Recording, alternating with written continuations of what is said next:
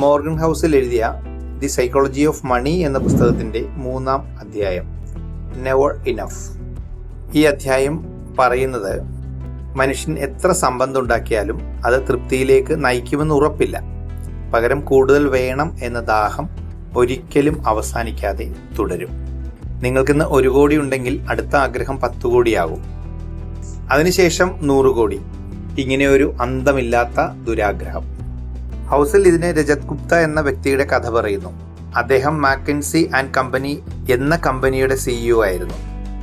അദ്ദേഹം ലോകത്തിലെ ഏറ്റവും വലിയ ബുദ്ധിമതിയുള്ള വിജയം നേടിയ വ്യക്തികളിൽ ഒരാളായിരുന്നു. എന്നാൽ അധികം വേണമെന്ന ആഗ്രഹം കൊണ്ട് അതിനുവേണ്ടി നിയമവിരുദ്ധമായി കച്ചവട വിവരം ചോർത്തി നൽകി അവസാനം ജയിച്ച ജീവിതം മുഴുവനും നഷ്ടമായി.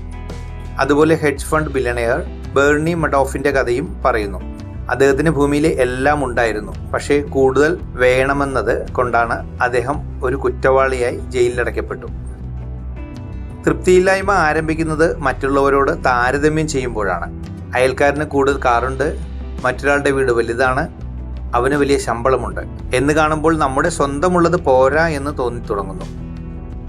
1 കോടി രൂപ ഉണ്ടാകുമ്പോൾ തൃപ്തിയാകുന്നില്ല, കാരണം അടുത്തവന് 2 കോടിയാണ്.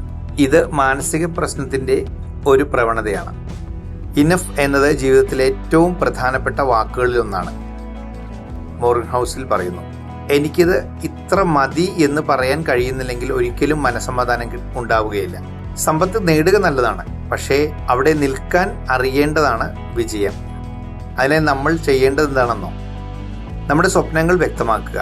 മറ്റുള്ളവരുടെ വിജയവുമായി താരതമ്യം ചെയ്യുകയേ പാടില്ല. തൃപ്തിയിലേക്കുള്ള അതിരുകൾ മനസ്സിലാക്കുക. എത്ര ഉണ്ടെങ്കിൽ എനിക്ക് തൃപ്തി ഉണ്ടാകുമെന്ന് നിശ്ചയിക്കുക. ധനം ശരീരത്തിന് വേണ്ടതെല്ലാം നൽകും, പക്ഷേ മനസ്സിന്റെ സമാധാനം മതി എന്ന വാക്കിൽ നിന്നാണ് വരുന്നത്. കൂടുതൽ നേടുക എന്ന ലക്ഷ്യം നിങ്ങളെ മുന്നോട്ട് നയിക്കാം, പക്ഷേ എനിക്ക് ഇത്ര മതി എന്ന് അറിയുക മാത്രമല്ല അതിൽ ആനന്ദം കണ്ടെത്തുക എന്നതാണ് ജീവിത വിജയം. മോർഗൻ ഹൗസിലിന്റെ ദി സൈക്കോളജി ഓഫ് മണി എന്ന പുസ്തകത്തിന്റെ 3-ാം അധ്യായം നിങ്ങൾക്ക് ഗുണകരമായി എന്ന് വിശ്വസിക്കുന്നു. അടുത്ത അധ്യായം അടുത്ത ആഴ്ചയിൽ ഇതേ ദിവസം.